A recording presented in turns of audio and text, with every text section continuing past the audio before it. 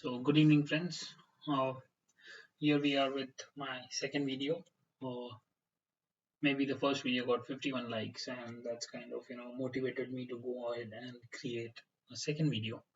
So maybe from this video onwards, I'll probably create sessions, kind of a linked kind of a sessions that can be helpful for someone who's new to Talend or someone who wants to brush up the Talend skills. So to start off with, it would be really very simple, very quick to understand things. And as we kind of progress, and maybe if you guys start liking it, I can put in a few more scenarios. Maybe if you guys are looking out for a job change and you come across some scenarios which you'd want to get the answers for, so even those things I'll be happy to help you guys out with a proper video and correct kind of uh, the approach that you should have. So uh, this is like the second video, as I said. So over here, I would want to discuss a few things. So I'm into currently the pointer is kind of pointing to a repository tree, and you've got business models, job design, context, code, SQL templates, metadata, documentation, and recycle bin. For now, I'll just be interested in job designs, wherein I do a right click, I get a few options. I can create a job, create a folder, or maybe build a job, export items, import items. For now, I'll just go ahead and create a job. So the job is kind of I'll just name it as demo tFileInputDelimited.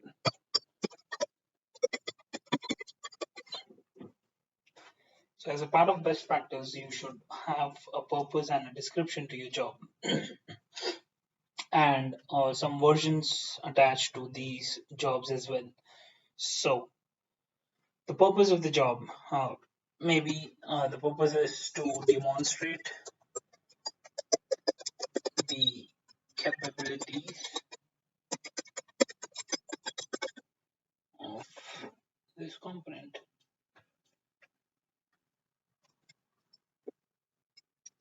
Purpose is to demonstrate the capabilities, and description, this job is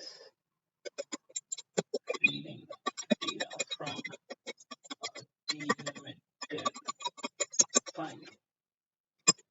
Maybe this is the simplest thing that I can present in the next 4 to 5 minutes, and maybe you can have a version to it.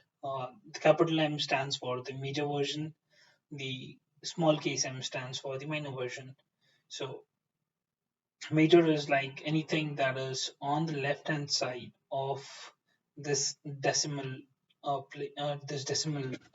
point, and minor is everything that is towards the right hand side. So it's 0.1 currently. If I click on small m, it would become 0.2, 0.3, 0.4, so on and so forth. And if I do a major, so it will go to 1.0. So I'll just keep the version as 1.0, and I just click on finish. So here we are kind of this is kind of the designer space that Talend gives you. So this is like the place where you design your jobs, you configure your jobs. So once you've kind of created a job, it opens a blank designer for you. The next thing is like you'll have to put in some components in here so that you can create a job out of it. So this is my palette. In the palette, I've got a lot of high level kind of segregations. So here I'll be able to see the recently used. Over here I'll be able to see the big data, the Google BigQuery, Google Storage, Hive, Business Intelligence, Business, Cloud, Custom Code. Sorry guys, I've got to get a glass of water. This is like only the segregations is done. So all the Hive related components you'll be able to see in here. the hive close, hive connection, hive row, business intelligence, you've got charts, you've got bar chart, you've got line chart, cloud related. So which cloud you would want to use? Amazon, Azure Storage, Azure Box, Dropbox, Google Drive, Google Storage, so on and so forth. And you can also find your components from here. Maybe I can see my component in here, tFileInputDelimited. So I just do a drag and drop from my recently used. The other option is like type in the name over here, tFileInputDelimited.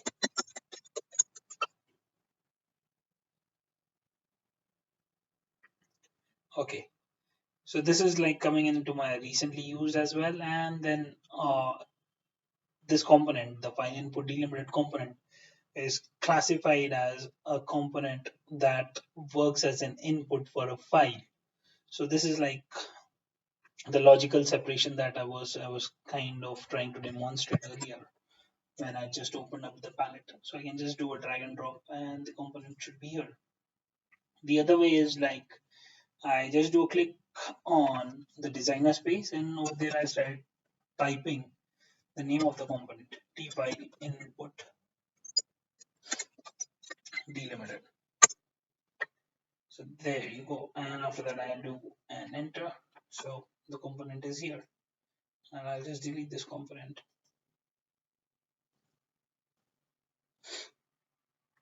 So this is like my input delimited component wherein, I just have to do a configurations and this should be uh, powerful and this should be powerful enough to, go out and read data from a delimited file. So any component that you open, uh, that you kind of do a double click on, it lands you to the settings of this component. So these are the basic settings that you can have. The property type is built in for now. Schema should also be built in, and I'll just come talk about built-in and the repository configurations that we have. So this is the other option, repository. For now, I'll just keep it as built-in. This comes in like my file name. So which file that I would want to read in data from. So I'll just go out, look for a file. So this is my first video that I'd created in which I was kind of converting a PDF file to a text file and a CSV file. So I'll just pull in my CSV file from here, just copy the name, paste it in here.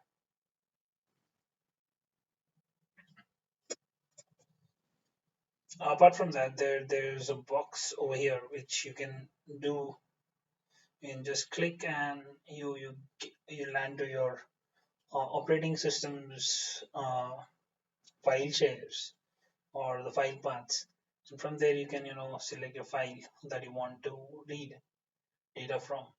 So the row separator is /n. My field separator is probably a pipe, and I'll just put in pipe over here.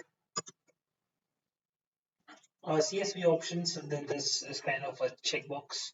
Once you click in, you get two other options. You get text enclosures and escape character.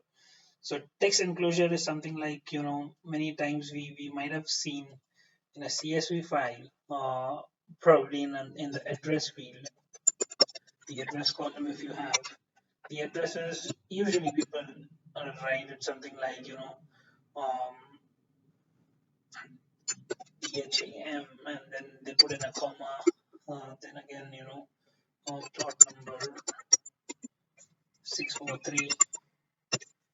Then again a comma, sector 18. Maybe something like this. And the actual file is also comma separated. So after the address field, you are expecting the pin code or the zip code.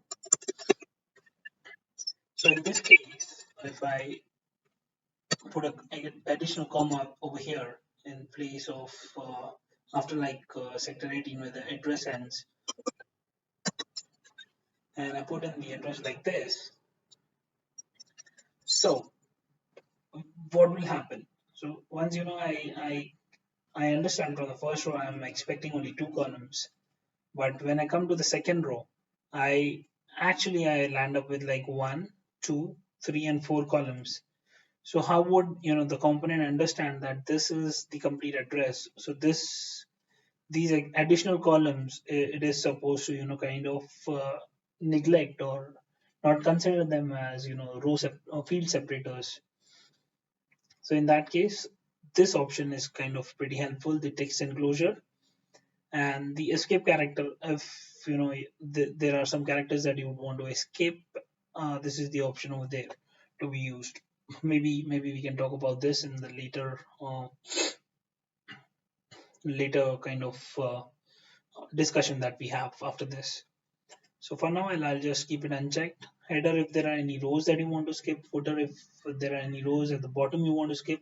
Limit, if you want to limit, kind of, the current file that I have is kind of very small one. So there's no need for me to limit. But if I put a number over here too, so it will only read the first 2 records out of it. Skip empty row, uncompress as a zip file. If the file is kind of a zip file, you'll use this option. And then there's die on error option as well. Then there are other advanced settings as well to this job, which you can have. So this I would be kind of covering up in the second part of this video. So I'll just split this video into 2 parts uh, for the sake of keeping it really very small, and don't want to take up a lot of time on this. And I'll just go ahead, drag and drop of the component that's tlogRow, which is kind of a logging kind of a component, and it will kind of print out the values for you on the screen. So over here I check on this option, table print values in the cells of a table. So whatever is there in this file, it will just try and print it on on the screen. So if you guys can notice, there's a warning kind of a sign over here. That's because I have not defined any metadata to this component. So I'll just double click, and the worst thing that I can do is kind of go out and add columns over here, put in data type, and maybe give the length of it. And the best part is that if I have kind of 600 odd columns or maybe 500 odd columns, for the sake of just putting in the numbers, I've got 110 columns. So in that case, I'll have to go out and configure each and every column, sorry, by kind of creating a metadata or creating the structure of the file by clicking on this button, add. So the best thing that I can do is the easiest and the laziest thing, I can do a configuration in the metadata as well. So this is while I started this video, there were kind of 3 things that I did to get a component in here. One was like I checked the recently used. The other was I just typed the name of the component in the palette and then dragged and dropped. The third thing was I kind of typed in the name of the component on the designer window, and the component was there.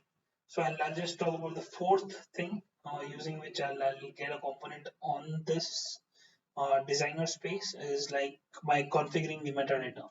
So tFileInputDelimited, I'll just quickly create a tFileInputDelimited metadata. So the name of the file would be kind of a CSV file for demo. So this is not the name of the file.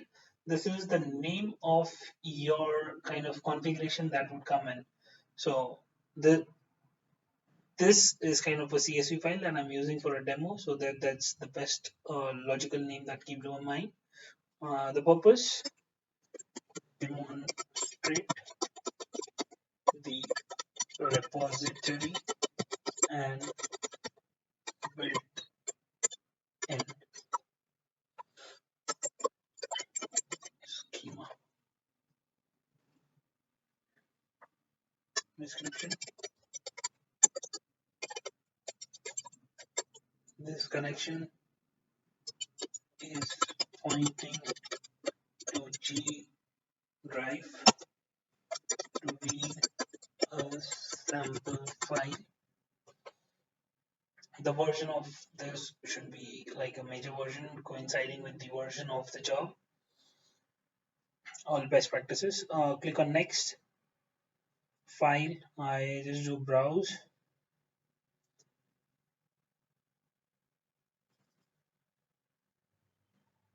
This is my PDF file, a comma separated file that I have. I click on next. Over here, this is like my third step. So the encoding is US ASCII. The field separator is not a semicolon, it's a comma. The row separator is kind of /n, and I'll just set the heading as the column names.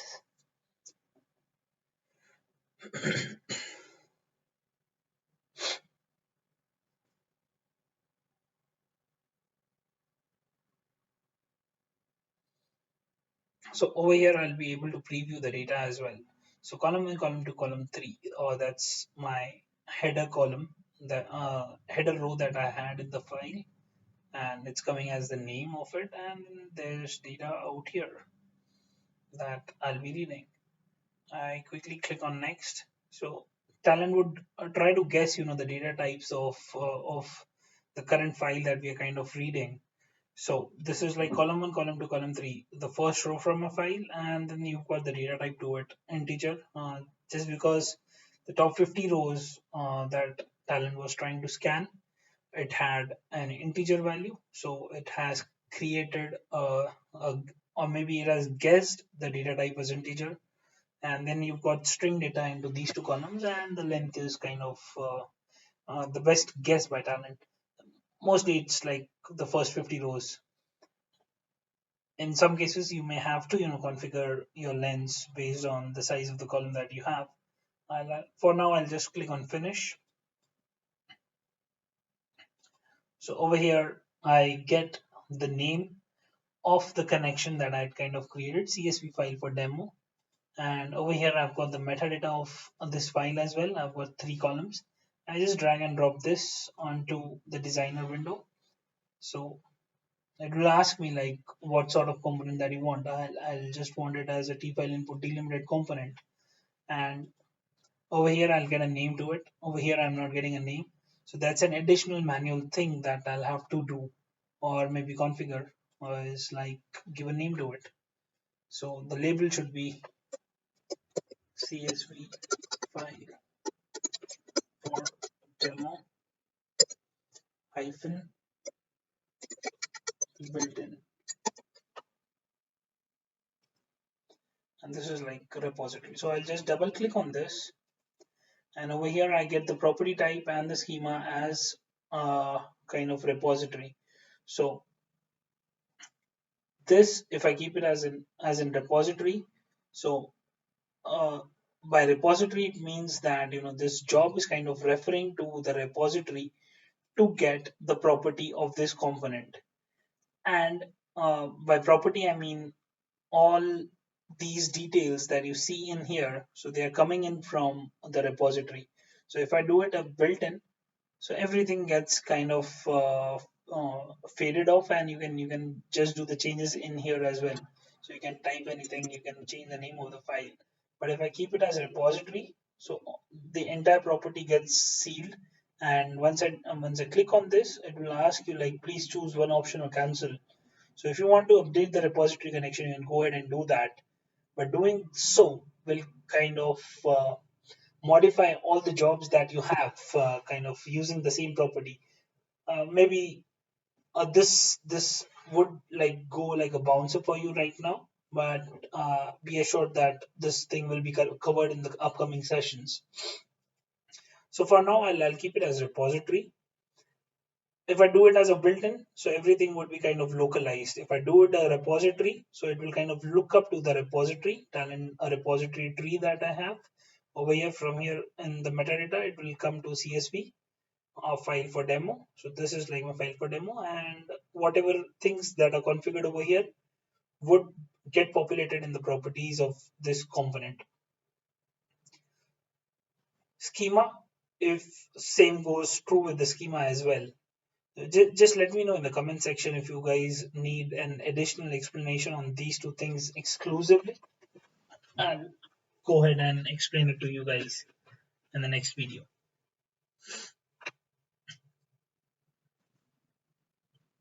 And this is kind of one of the favorite questions in a talent interview for like someone who's a couple of years to 3 years of experience. So, what is the difference between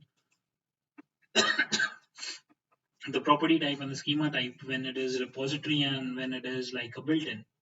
So, while I'm kind of talking about that, I'll just deactivate this whole subjob. So whenever the property is kind of a repository, it would go out and look up for the connections in the metadata of the Talent Studio. And if it is built in, it would be kind of residing. All the settings would be residing in the component. Advantage of repository.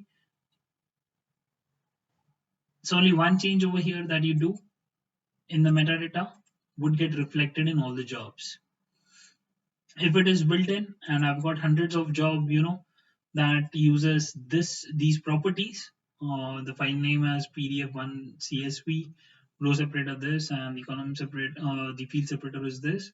So in that case, I'll have to go ahead and make the changes in all the 100 jobs that I have.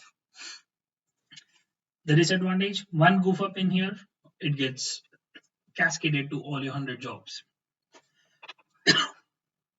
Sorry. So I'll just run this job.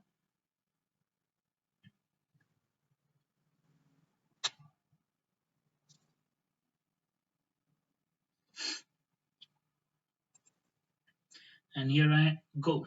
Like I've got 9 rows. All the 9 rows are getting red.